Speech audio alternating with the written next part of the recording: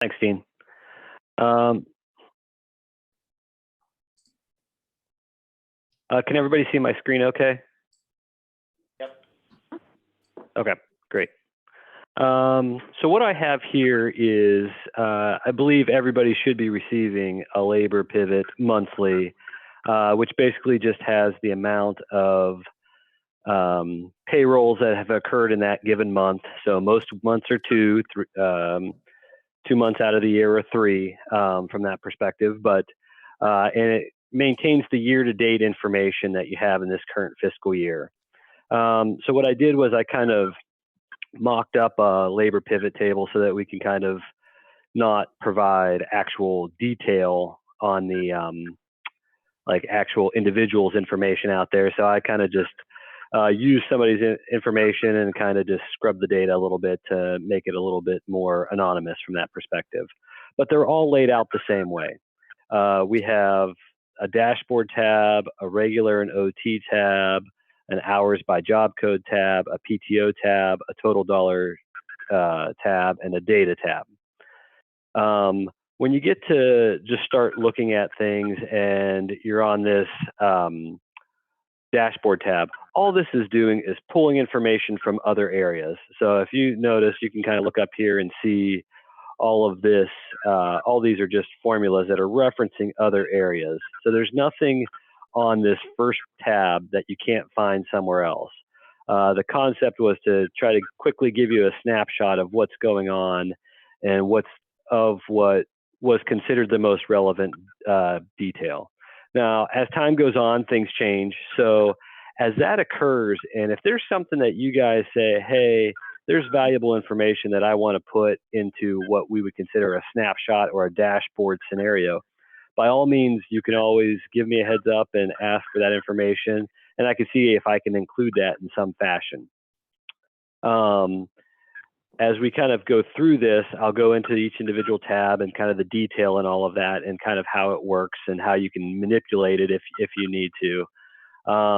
But yeah, like I said, I just wanted to start with the dashboard tab saying, here's what we have. And like I said, all this information is residing on other tabs back.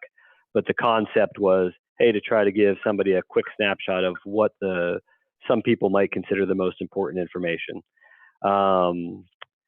And as we go through this, if you guys have any questions, feel free to stop me, and we will address whatever we can at that point. All right, so I'm going to jump into the regular and overtime tab. And basically what this is doing is providing all the detail within by department, as you can kind of see here outlined, by department, regular and overtime hours. These are hours, not dollars, in these tables up here. And as you're kind of looking, you got in this scenario, we've got dining hours, overtime of 132 hours. We've got regular hours of 2506, and there's your total hours. And then this is just giving you a quick percentage of how many of your total hours are overtime. So here we run in laundry, we ran almost 8% of our hours were overtime. In nursing, over 8% of our hours were overtime hours. Now this here, in this section here, is an estimated budget. So basically what that's doing is, we all know that there's some seasonality baked into the budget. And so when we spread the payroll by month, we kind of look into that and say, okay, we've got a holiday this month. We have more people that generally take vacation this month. And when we do all of that, we kind of smooth it out a little bit of what is reality. This snapshot that you're looking at here is purely taking the number of pays and dividing it by 26. So whenever you're looking at this, it's not going to be tie exactly to your budget because there's some seasonality in there based on, like I said, holidays and vacation and paid time off trends in the past. But in reality, it should give you a pretty good snapshot of saying, okay, my total hours that are budgeted for the year.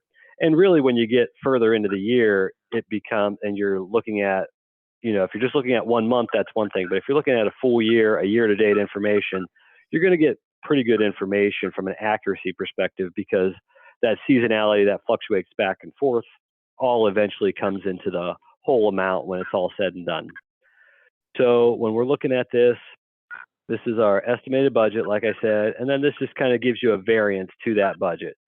So we're 81 hours for the month over in our dining in overtime, and in nursing we're 111 hours. And then on the flip side is we're favorable, as most places are right now because they're understaffed, in your regular hours. So as you kind of look through this whole scenario, you can kind of see, and it does a quick calculations of ballpark how many FTEs you're short or above in any given scenario. Now, a couple things that you guys will know, and one thing that I need to communicate to you, in this operations line, that's our admin, the equivalent of our admin people. This labor pivot file only contains people that are on the payrolls at the site. And what I mean by that is there's corporate office payroll, which include the executive directors, which include the administrators. Those folks, you folks, are not included in these numbers. So in reality, from a budgetary perspective, there should almost always be favorability to operations, because if you have, everybody has an ED, some places have an administrator. Those people are on the corporate payroll. They're not included in this file, but they have not been extracted from the budget. So the budget ties out to your total budget, but like I said, those FTEs that would be flowing in there are not listed. In the past, there was also some more. We had a lot of HR people that were flowing into that area as well. Now, I think those have been all moved to corporate and do not impact anything that you guys are looking at. Okay, let's see here. What is this? Oops. Sorry.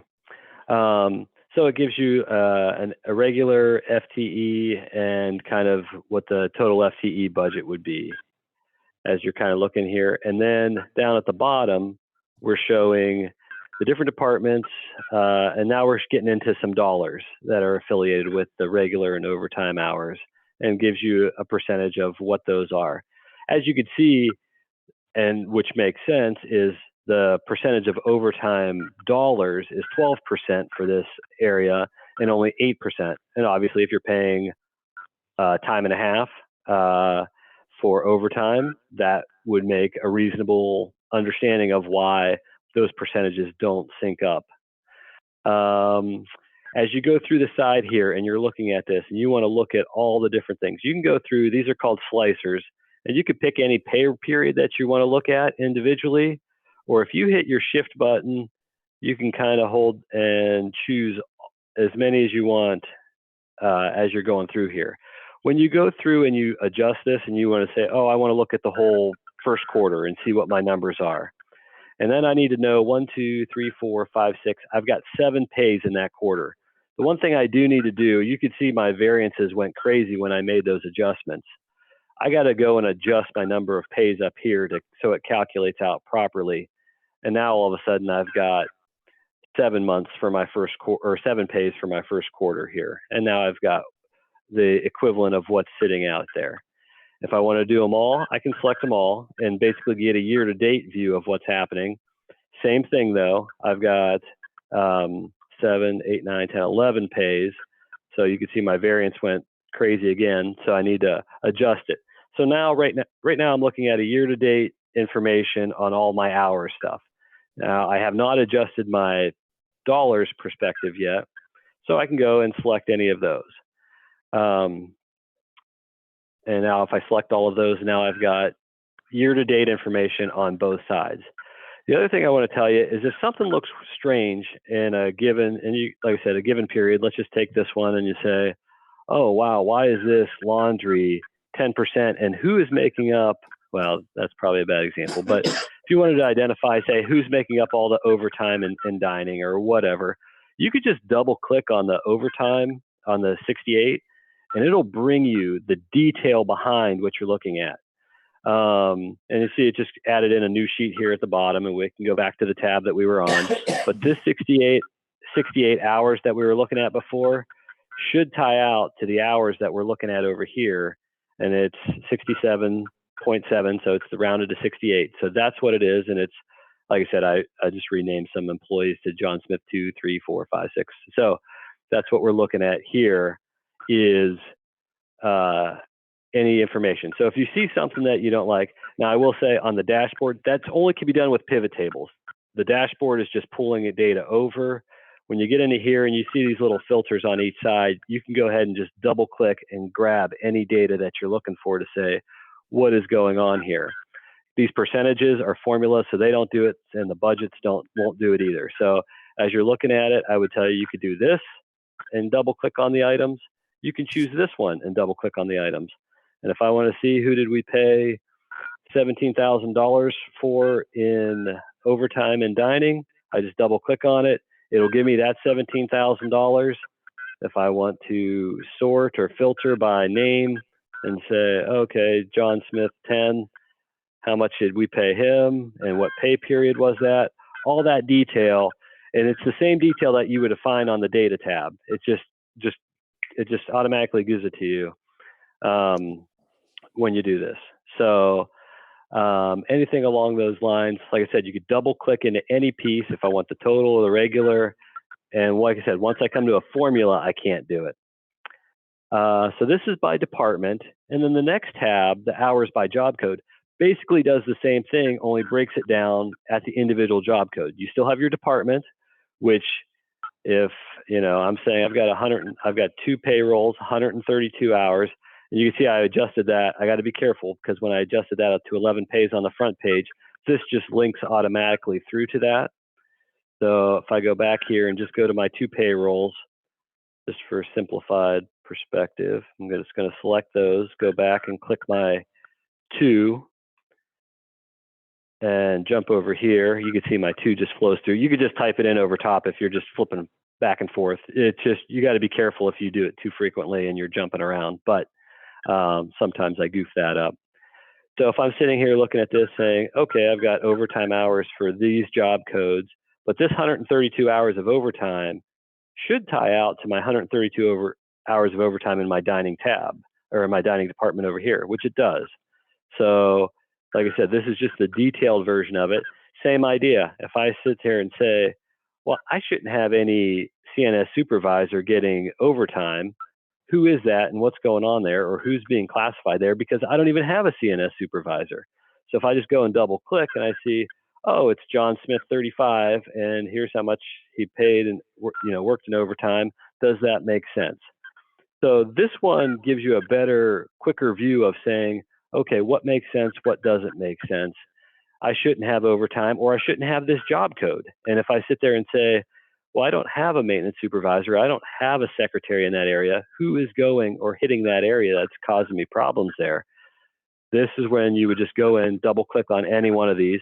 And don't get me wrong, you can go back to the data tab and do some filtering and sorting to get to whatever you're looking for there. But it's just quicker to come in and do a quick and say, oh, okay, here's a double click, John Smith, 2 hours. Okay, that's fine. So the hours by job code does the same thing. When you get out here to the budget, once again, it's just estimated based on what I was telling you guys before, taking the 26 pays, dividing the total budget by that, and getting your number of hours that should be representative in any given pay. And as you see up here, I'll change to 3 pays. You'll see those numbers just change as you adjust those, the number of pays that you have sitting out there. So if it was just 1 pay, okay, tells me I've got 80 hours for 1 pay. That means I just have 1 FTE budgeted there, in essence, is what that's telling me, with a couple hours of overtime, which is baked into our budgets. As we move along, and like I said, same thing goes for all the different tabs down here, or all the different job titles down here as we go down. Click on anything, get that extra detail if you want. We'll jump over to paid time off as you're going through this. And these are just looking at first year vacation bereavement. If there's something that's missing, or that you think there's something missing, we can go ahead and change it. And I can work work with you guys individually on different things that you want to see. If there's pieces of information that you're missing or you would like isolated, I could do that. So this is just kind of giving a snapshot of paid time off, of how many hours are sitting out there in these 2 pay periods of the situation. And this kind of gives you a good grasp of, okay, if I'm over here and I'm looking on my regular and OT and I'm under in these 2 areas, or I'm over in my regular hours, and I'm like, why am I over my regular hours? Well, or over in my expenses, but I'm not over in my overall my hours here. I'm under on my FTEs, but I'm over in my expenses. Well, some of that might be generated because I've got a lot of people taking paid time off. So you'll see sometimes, okay, this month it was 1,100 hours. If I go to the month before, what was it? Okay, 900 hours. So I had a spike of an additional couple hundred hours of paid time off that I didn't have before. And if I go back the month before, I say, oh, 2,300 hours. Well, we had a holiday in there and stuff along those lines. So if you're seeing dollar variation and it doesn't sync up with your hours that you should be seeing, and this is where we come in and, like I said, we try to put in some of that seasonality into the budget, which is why we just estimate it here rather than giving you the actual budget from that perspective. So as we go along here, same idea. So this is the hours up here for the paid time off, and these are the dollars affiliated with that as you're going through. So as I was telling you before, you know, I've got these 2,300 hours, and right now I've got about $21,000 in paid time off in September or in November. But if I come back to September, what do I have? Well, I've got $47,000. So like I said, those are the things we're trying to adjust for in seasonality perspective. But if you're seeing something on your financials and say, why are my salaries over by so much when my hours look good? Well, it could be an abnormally large paid time off, could be a holiday with other things baked into it. And like I said, we try to take into account the holiday stuff, but you know, we don't always get it right, I have to admit. And then we can come to the total tab. And now this is just total dollars we're looking at here. Same idea, same concept as the other ones. Like I said, they all have the same basis. And I can look at any time period that I want to, and I can once again say, all right, what's my total dollars for my total dollars down here for November, and it's 347. And I go back and say October, what are my total dollars? 327. Come back here to September. Now I got to be careful. I've got 3 pays, so now I've got to be aware of what I'm looking at. And I could do these individually and just say 156, 161, 166. All right, 165. And I'm just looking at these numbers here as I'm going through it. So whatever you guys want to really look at, the data is available. It's just how you want to play with it and what you're trying to accomplish and what problem you're trying to solve.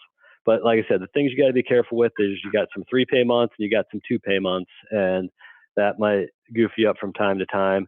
And then, like I said, if you're looking at your estimated budget, you got to make sure that you have the number of pays correctly based on what you're trying to accomplish.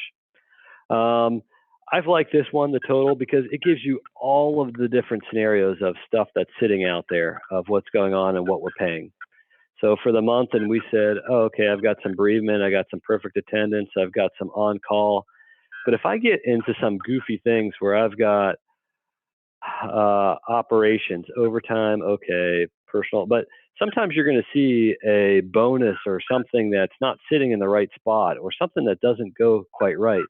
And these are the items that are going through ADP. So there's times when we kind of catch some errors on here and say, hey, what's a free day? Who's getting paid for a free day hours or whatever? And why is that occurring?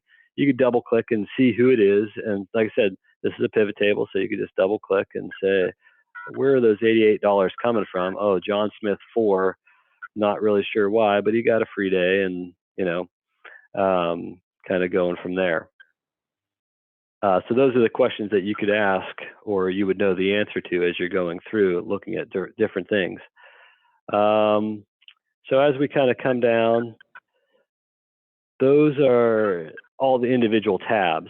Now, as you're sitting out there and saying, like I said in the beginning, all the information is coming from this tab. And if you filtered out whatever you wanted for John Smith on one and pulled that information and said, all right, here's what it is, here's what's going on. So if I go and pull an employee ID, because that would be more accurate. So I've got John Smith 1, and here's all of his information. And here's what he did for the whole year at this point, year-to-date information. I got July, August, gives me his pay, which pay it's actually looking at. So like I said, everything that you're drilling down on in the beginning, all this information is back here. If you were comfortable filtering it to get to whatever you want to, is fine. Like I said, I always find it easier just to figure out here and just double click on it. As we kind of jump back to the dashboard, you can kind of see, well, this is regular and overtime, -81. Like I said, it's really just pulling this column here to give you a snapshot of information that was considered the most important on each individual tab being pulled forward here. I know that's a lot of information. I'm going to pause there for a moment. And I'm going to say one other thing. Like I said, if you have any questions or any problems, I know you guys are all at different levels, all have different familiarity with these things. I'm happy to do a one-on-one with you if you want to go into more detail or just a higher overview because I'm going into too much detail. Any of those things are perfectly fine, and I've got no problem doing that. But I'm going to pause there for a moment. I want to see if there's any questions, concerns, anything I can help you with. And like I said, the best feedback that I can get is if you guys said, you know what, this dashboard is worthless, but could you do this, this, and this? And I might be able to do it for you. I can't promise anything, but I could try and see if I can get you some information. The other thing I want to lay out there to you folks is to sit here and say, I talked about the administrative people, typically just the ED and the administrator if you have one at your site.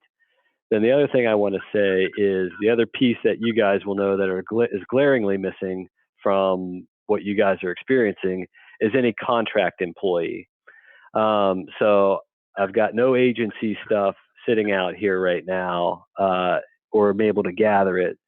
And kind of an idea of, we have the total dollars, but is there a way that, and I was just speaking in general, and I know it's a larger crowd, so is there a way that anybody identifies how many FTEs they have in the building on any given day to include those agencies, or how many agency FTEs they have sitting out there?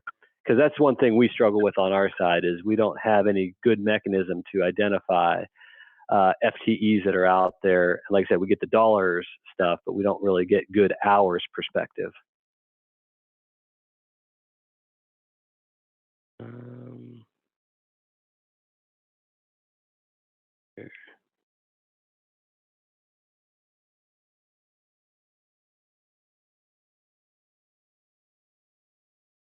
Kevin, I think the answer to that's no.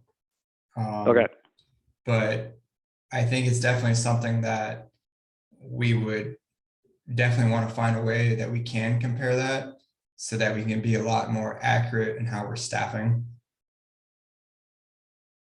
Okay. Yeah, and that's fine. it's just one of those things that we don't have a good handle on down here. And like I said, we can gather all the dollars perspective, but struggle getting anything on the hour side. Dean, from your perspective, are there other items that you wanted me to go over for this purpose here? I just think the accuracy piece, because it's usually like 27 to 28 days, not all the days of the month are included in this because of how pay periods work, correct? Yes. Okay, so that's a good point. Sorry about that. If you said that, I'm sorry, I didn't hear it. No, I didn't. So Dean makes a great point, and we got to understand that there's two pieces going on here. This is what you're going to see in your financials. Now, there's a second component there that doesn't really impact, and to Dean's point, we're representing 28 days out of either 28, 30, 31, 29 on the leap year. But so what we're looking at here is just 28 days of pay. We do have the payroll accrual. There's usually a lot of confusion on the payroll accrual of what that's doing and how that's working through. I will go over that right now, more at a high level, and I'm happy to go in more depth. I'm sure accounting speak is not fun. So, but in reality, I'll try to use an example of if I get paid $1 a day, what we would see here on our stuff, I would see $28 going into my pay for the month, any given month. On the 3-pay month, I would see $42.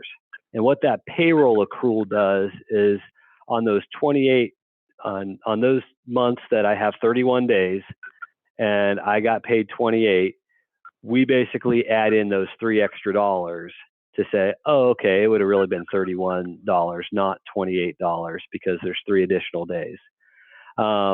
So you'll see in theory, a payroll accrual of $3 in July and August. In September, you would see $2 in your payroll accrual. And then, you go to October, you get 3 again. Now, whenever you get a 3-pay month, you get negative dollars because we're recognizing that we gave you $42. I got paid $42 this month. And now I've got to pull it back and say, oh, okay, I really only had 31 or I have to back it off $12, I guess, because we had it in September. And so now my payroll accrual is negative $12. And so I've got $42 in my accounting line for the accountant that we have. And I've got negative $12 in my payroll accrual. So my net expenses sit there and say $30 because I only paid him $1 a day from that perspective. So that's what payroll accrual is doing. Are there so many other things that are included in there that make that convoluted? Yes. But at least at the budget, what you see in the budget, that's how it works in the budget. As for actuals, what happens is, well, you have new people coming on and you have people leaving and you have people getting commissions and bonuses and other types of things. So when those accruals are done, those other ancillary things sometimes goof things up as if you have a steady staff and none of that outside noise is occurring. So in individual departments, you're going to see some fluctuations up and down that aren't like the $2, $2, $3, $3, negative 10, negative 11, or negative 11, negative $12. That's the base of how it really is structured, and that's the whole concept of it. But when it's really said and done, the reality is I got a new person come on. I've got no payroll accrual sitting out there, so I'm building one up. So if I have a department with one person, or if I have a laundry department with just a couple people, and I have a lot of turnover, those numbers that you would typically be seeing that I'm telling you on a month, a 2-pay month on a 30-day, oh, you should really have 2 additional days of payroll accrual in there. That would be a positive, and all of a sudden you've got a negative in laundry. Well, it's because somebody left, somebody turned over, somebody new's coming in, and that flow is not as seamless as, because it's just the timing of when we pay. Since we're not paying current, that's really the other key of this. That's what generates that fluctuation that I'm talking about. So like I said, I know that's confusing and a lot, but conceptually, that's what it is. I'd be happy to take more time, anybody that wants to know that, or if we want to break that down into sometime later, I've got no problem with that. No, I think that was a good explanation, because I think one of the first times I used the pivot table, I was like, my numbers are way off. And that's how I learned that it was only 28 days, was because I was 3 days were missing. Yep. So, and what would I say to something like that? I would sit here and look at it this way.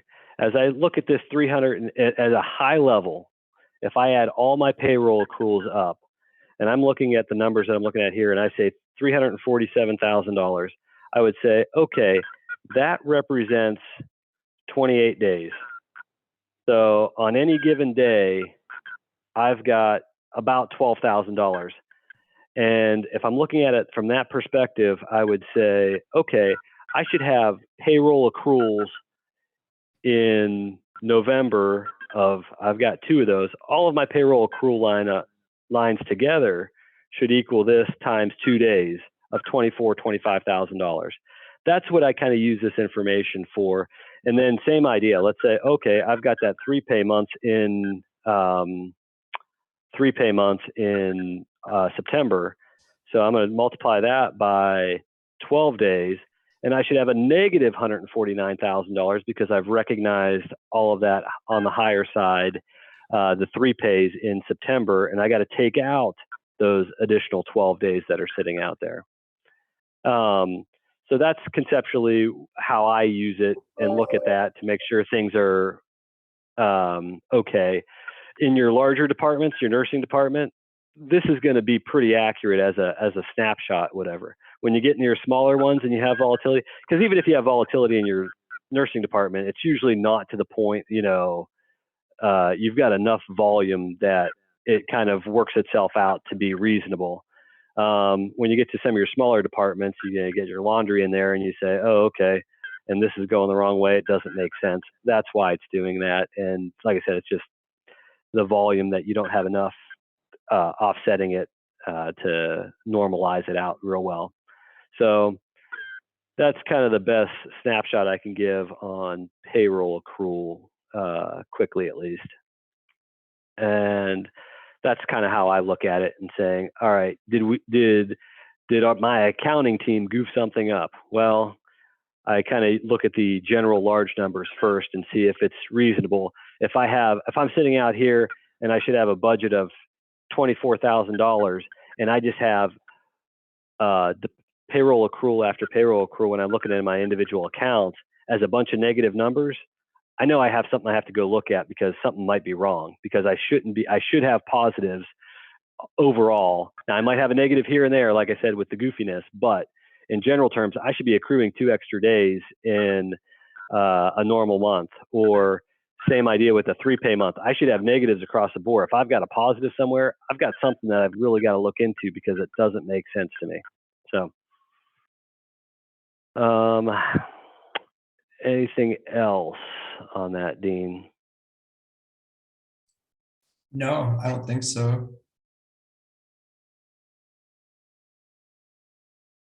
Okay. Like I said, please feel free to reach out to me if you have any questions, concerns.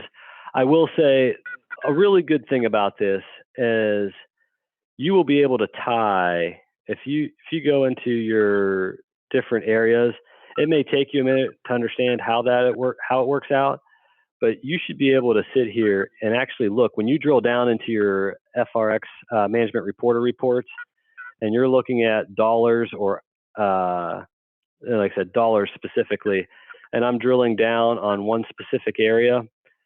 Drilling down on one specific area, and I'm looking at the earnings amount and looking at the total dollars out there. Those are what you're going to see in your detailed line items. If there's something that's not, I would say 99.9% of the time, you could tie your financials back to these exact numbers.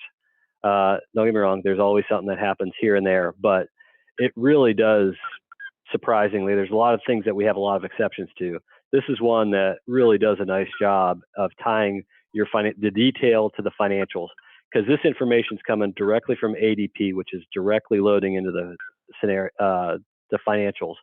The only time when you're going to find something goofy is if somebody was set up under the wrong account number that wasn't flowing properly. And so we manually move something on the back end and it won't tie out, or we got to figure out which one we move to do that. But this is also a good way to, like I said, when you're looking at the hours by job code and you look at this and you say, well, I don't have a dietitian, I don't have this or that. It's a good opportunity to drill down on it and say, oh, that's Mary Smith. Well, Mary Smith isn't a diet tech. They're, whatever, something else. She's a cook, and we can get things corrected that way. That's another good use case that I use it a lot for, saying, well, I don't understand why we have this position. Is this right?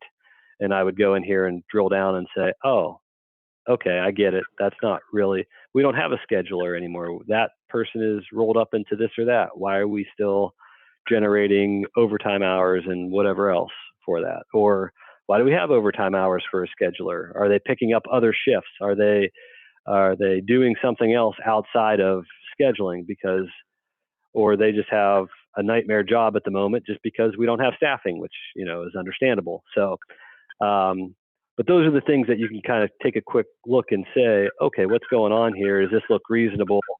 Are these the places I would expect to have overtime? And do they have an exceptional amount that's too much, or is this reasonable? Stuff along those lines. All right, I think I've taken my time and then some. Sorry about that. You're fine. You're fine. No, this is good stuff. Excuse me. The other thing that I was gonna have you go over, we can just go over that. We can do that next month. It would probably make more sense in that month because that's when we'll be using more of the reports out of Matrix. Okay. And so just to let you guys, did you tell them, Dean, what you wanted me to do? About the reports? Yeah.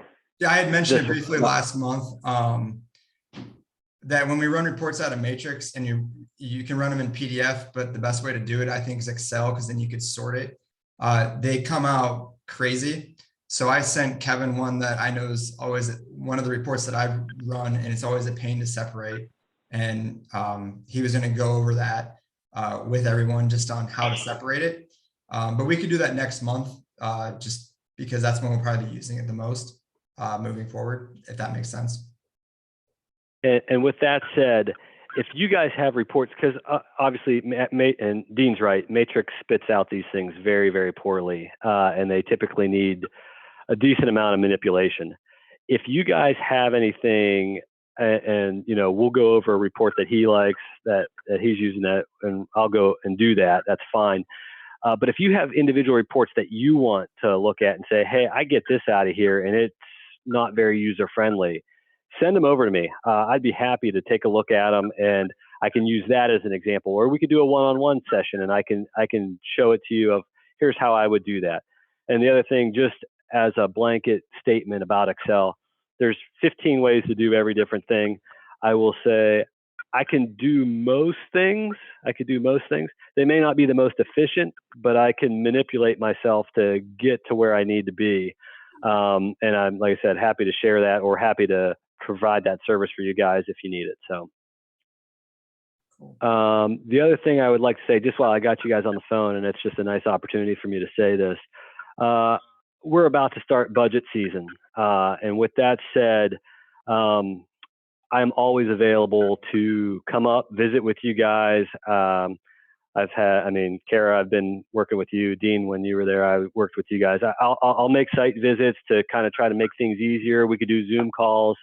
Whenever we're doing these processes, I've got no problem, like I said, trying to get out there to help support you guys and get things cleaned up as good as we can before the budget meetings, because I know that's a big stress along a lot of people. And then especially when you guys don't have staffing and you got a lot of holes right now. So I know there's a lot of challenges out there. So if you need me to come up and help you out, or if you want to reach out and we want to set up a Zoom call or whatever you guys want to do, I just want you to know that over the next couple months, me, Nina, we have Monica and Ryan are folks right now. Melissa's no longer with us. So if you have anything that you need from her, you can contact me or Monica Carse.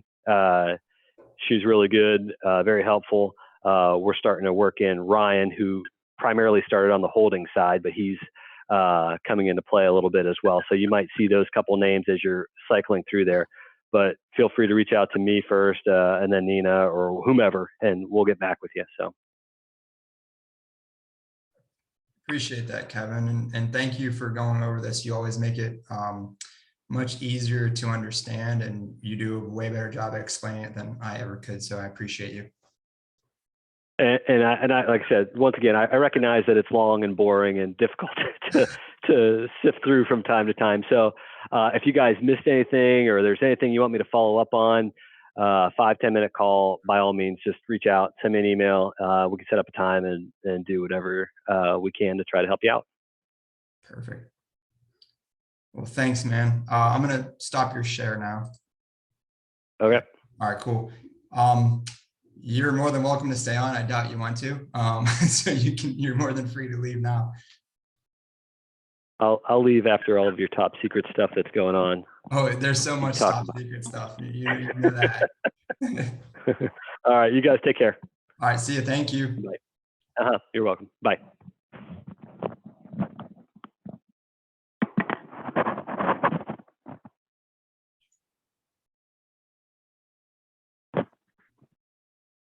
All right, he hung up, so now we can talk about him.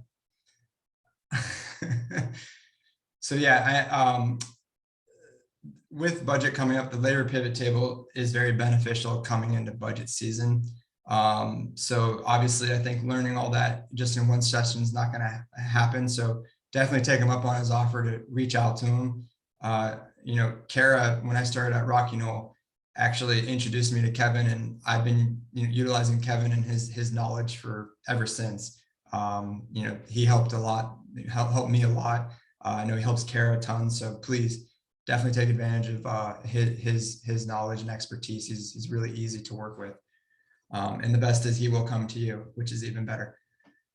He helps iron out anything and catches it before you're in the meeting, you know, with all of corporate around. So it just makes it go a lot smoother. And he, like Dean said, he's awesome to work with. Yeah, super easy to work with. I'm just going to keep going over those updates I had, and please stop me in between them just because I can't see everybody because my computer's working right now. If you have any questions, just stop. Most of it's just miscellaneous updates just to keep everybody on the same page. Give me 1 second.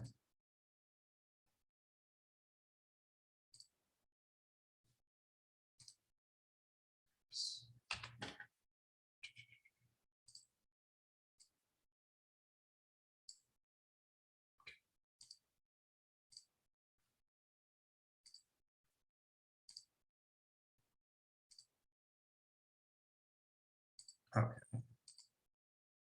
All right, can you see my screen? Okay, this is just an update. This happened last week. It was pretty cool. I'm sure as most of you are aware, we use It's Never Too Late. It's a resident engagement platform that uses TVs and technology to bring program services. Well, Breckenridge Village was recognized last week out of, let's see, they're one of 6 communities nationwide that were recognized for their participation in this resident engagement platform. The reason I'm bringing this up is because we do have these at all of our communities. And I think it's really important right now, especially when we don't have staff, that we learn more about this, because this is something that can be on 24/7, 365, and can be available for anyone to use and engage with. That can actually also help with when you're at nights or nights or evenings when there's a lot less staffing and residents are up, that there's things that that aides and nurses can do with residents utilizing the system. So definitely, it's a huge investment for us as well. We've been one of the first, we've been with It's Never Too Late, I think, for 13 years, and I think the company's been around for 14. So it's definitely something that we've been utilizing for a long time. And it's a great product. So if you ever want to learn more, please just let me know and I'll get you in the right connections on who to reach out to. But I think it's definitely, something that we have to keep, our eye on with technology. And as we keep moving forward and have less and less people, we have to find ways that we can serve people utilizing the services that we already have and see how much we can expand them. I know that our team would be happy to share kind of how they utilize it and what benefit they see if you guys need some kind of ideas on implementation or help sell them the benefit, because it's definitely made a difference. Yeah, it's a lot of fun too. Like, I mean, I know at times I've played, like, I think it's what, Wheel of Fortune or Jeopardy on there with residents. So like it's also something that you can do with your teams. It's a lot of fun. So there's so much that can be done with it. But yeah, Julie, that'd be great if you can connect people with Mary Ellen. And then, because that's the other thing too, that like one thing that I've seen going across the communities, our program services are kind of on an island and they don't have our support. And if there's ways that we can learn more about what we have for them, that we can support our program services teams, we can have more engaged residents and, better quality. So 1 second. Sorry, I lost my PowerPoint slide. Okay, there it is. Sorry. The next is just a recruiting update. Jenna emailed us yesterday or the day before that John Walton, who is the recruiter for the Northern communities at Swan Creek, Sarah Moore, and Vineyard, he is leaving. He's actually moving to Houston. That's where his wife's from. And so he's moving there closer to family. So I didn't write down when his last day was. Sorry about that. But the plan moving forward is Taylor Kruger, and I spelled his name wrong. Sorry, I just noticed that. Right now, he recruits mostly for home health and hospice out of Akron, I believe. But he'll be supporting Swan Creek, Sarah Moore, and Vineyard in the interim while we search for a new recruiter. And then these are just some recruiting statistics. As of yesterday, there's 471 open requisitions. 20 were added to that, and they were all added by Quaker Heights. I think they probably did a requisition audit and realized they didn't have all the positions posted that they needed. So that's why requisitions audits on there. We do have some positions in the company that are almost 3 years old as recs. So if you can get with your HRDs monthly and just look at the recs or even your department directors to see exactly what they need, that'll help clean up the amount of requisitions we have out there. It would also help us save dollars on the advertising side so that we're not advertising for positions that we're not going to fill, and then put more of a focus on the positions that we do need to fill, which is a lot. So, as you find time, I'm not making an expectation, but as you find time, if you can get with HR and clean up those audits, it'll really help. It'll give us a better target goal moving forward rather than this moving target. And then tomorrow, recruiting will announce the All Ohio Hiring Event. I think it's happening the first or second week of January. I know Jenna shared it with everybody on the tours that she did with new hire managing training. So when that gets out there again, if you can like, share, comment, whatever you can do just to build attraction, build engagement around it, it's a big deal. I think as we continue to fight these challenges, we all have to take, and not that we're not, but we all have to find new ways, different ways of attracting talent. And, I think if we can do it, virtually, digitally on social media, then let's try it that way too. A lot of senior living providers are not doing that. I would say we are a little bit ahead of the curve doing this. So, let's jump on the bandwagon and do the best we can. That'd be great if we can support that. The next is just a perennial update. There's a chat. Oh, Eric text, John's last day is Friday. All right. Thank you, Eric. So there were some issues with NOMNC the last cover days with Perennial. Their practice was when they gave authorization that they would also send the NOMNC. Well, they were sending it to the wrong fax number. Therefore, we weren't getting them. And I know we had an issue at Sarah Moore where we were out of compliance and then had to write off a certain amount, which Ali Align took full responsibility for that. So thanks to Eric and his lobbying, he sent me a very detailed report. I worked with Jennifer Elam, just saying, hey, this isn't how it works anywhere, any managed care. So they did change that process that they'll start issuing the cut date 2 days prior to the last cover day, the same way every other managed care does in the nation. The next up is there's a new transportation partnership with I think it's Valor Transportation Services. So effective January 1st, 2022, Perennial ISNP members will have 24 one-way transport benefit they can use.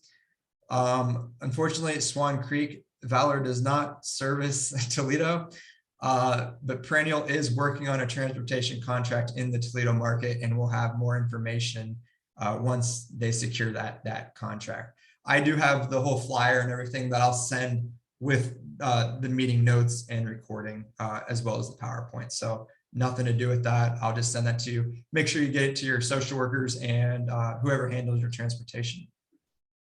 And that won't be effective again until January 1st, 2022.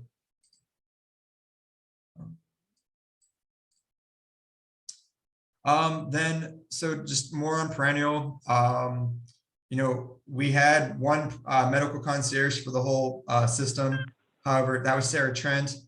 Sarah Trent's now a sales agent for Perennial. So we didn't have a medical concierge. So what we've done was we hired 2 medical concierge for the North and the South. The North medical concierge is Jody and the South is Tanya.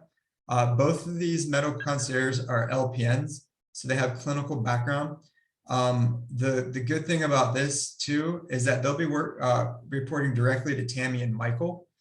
And that will help with continuity of care. Again, the medical concierge is exactly I have the next slides, but the medical concierge is really the bridge between our interdisciplinary team, the member, and our nurse practitioners through PS. This is really the glue that holds it all together. So these people will be more active in the communities. Again, not sure how, what the workflow will be like as they don't start till January 3rd.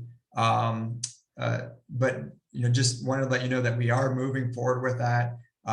We should have a better plan in place. I know that Tammy, Michael, Leslie, Michelle, and myself, we're going to meet to go over onboarding so that we do it the right way, rather than just put this person in and say, here you go.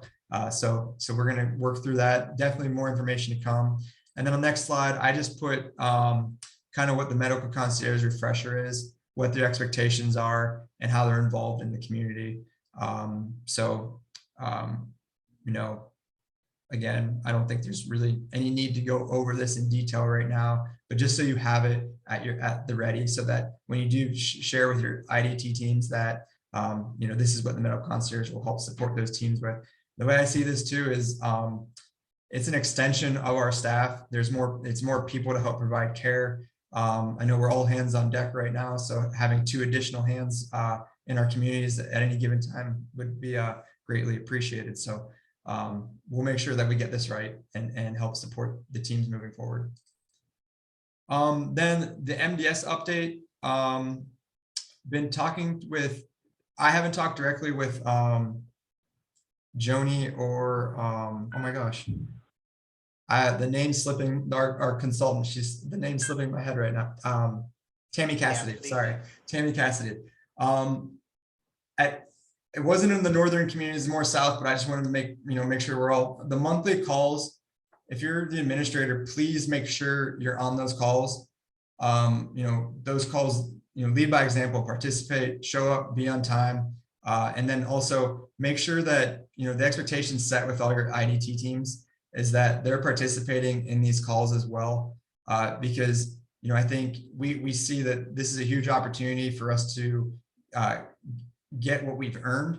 But if we're not capturing it, we're not ever going to get paid for it. So I know Tammy Cassidy is ecstatic about the progress of all the communities. So great job. Just keep going, keep pushing this forward. I don't see us ever stopping on this. It's always going to be a focus because it's ever evolving. And again, I think end of January, we'll have this last quarter's results, which we should see significant improvements. So please, find time to celebrate with the IDT team and, small milestone. Even if we don't hit our goal, but we get incrementally better, it's still better than what we were. So please just continue to celebrate that so that they're encouraged to keep doing this moving forward. Any questions on MDS or, I know we're only going to do a 6-month contract with Tammy, but I think we're going to extend it another 6 months for the rest of the year. It's very small amount to your numbers. I think it's $600 a month per community. So I think it's money well spent and worth it. And then I know Kevin touched on this a little bit. Leslie and I have been talking a lot about budget. And I'm going to give you my honest answer is that I always felt the budgets were a waste of time because we would spend we would spend multiple hours on all these. Then we go and spend 12 hours to talk about it and everything gets blown up. Well, Leslie and I are going to propose to finance, if we have time tomorrow when we're together, we're going to do it tomorrow, but based off what you guys feel too. Leslie asked everybody in the South, would you prefer budgets to be pre-filled, or would you prefer to complete the process as we've always done it? Our thought process is have the budgets pre-filled. We will set the parameters on what we'll bring to the table. So your monthly, your rate increases and stuff, that'll be on you to decide, right? But everything else should be pre-populated. So that way we can focus as leaders and in operations more on our strategy to meet what the budget is.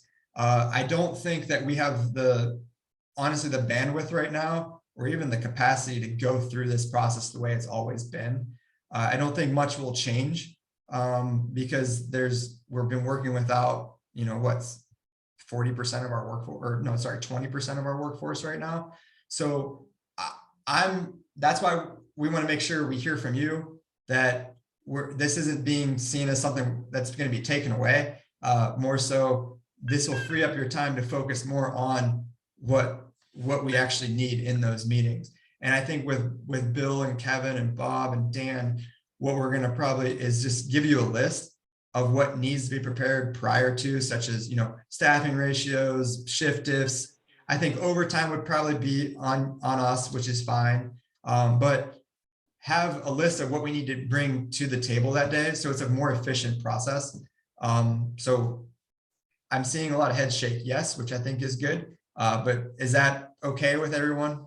If we work on getting them pre-filled, like census and everything, but like I said, we'll work on the rates, any individual changes, wages that you want to change as well. We can do those, push those through from our end. But I think having it just done will, because they know they can do it in their sleep, I think. Everybody good? Helpful. Okay, cool. So then, that's my second to last slide. I can open up for any questions, any comments, anything you'd like to see moving forward. Man, all right. Was the pivot table training, was that something that you guys want to keep seeing, as having like a training just each month that we focus on? Okay. Yeah. I would like to. That was really helpful. All right. How have you guys, I know I talked to Tim about Matrix. Have you guys got with your teams at all a little bit more about Matrix, just talking about that? We have here some, yeah.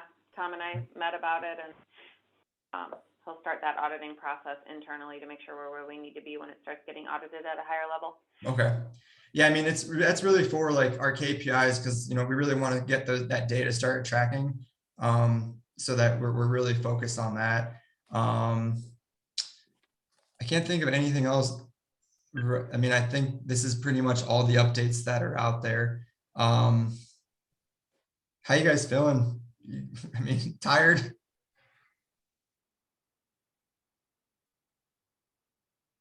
It's hanging in there, right? How are you at with COVID? Like, I know, Brian, you guys had a pretty significant outbreak, but that's dwindling down, right? Yes. Okay. We should be out of it by next week. Okay, good. Tom, I know that you're popping up left and right now. Yeah, we today we had 2 staff members have to go home that were unvaccinated, and their significant others tested positive, so they're going to be out for the next 15 days. Okay. And then yesterday we had 1 staff member and 1 resident test positive. And we had 1 more resident in independent living, and then a staff member in independent living as well. And it sounds like potentially a lot of other staff members in that department could possibly be sick. Is that a culinary department? Yeah. Oh, so much fun. I guess the other thing too is it's hard to imagine that we're coming up on our 3rd year of dealing with this in 2022. It's insane. Not a good thing. Oh, also, I apologize. I don't think I introduced Tom to everyone. Since Tom's the lone administrator in the North, I felt we were doing Julia an injustice too by having her to have to repeat everything that we talk about. So I just invited Tom onto our call as well. So be nice to him. He's a good guy. Hi, everybody. Thank you. For sure. All right. Well, that's all I have for today. I I put this together for you guys personally, so hope you enjoy that. I'll send this out. Please let me know if there's anything that you guys need. I'll be around during the holidays. I'll be off, I think, the 24th and the 30th or 31st, sorry. But other than that, I'll be around, so I'll be available. If you guys need anything, let me know. Please enjoy this time with your families, your friends. Really don't think about the communities. I know it's hard to do, but really take that time to yourselves and enjoy your time with your families. All right, you guys are doing an awesome job. Census is looking great. We're all going to work on this staffing piece together. It's going to get better. It's just going to be a marathon, not a sprint. So we'll be all right, and we'll get through this. All right. All right. Well, hey, have a great day, everybody, and I'll talk with you soon. Thank you. Thank you. Bye. Bye.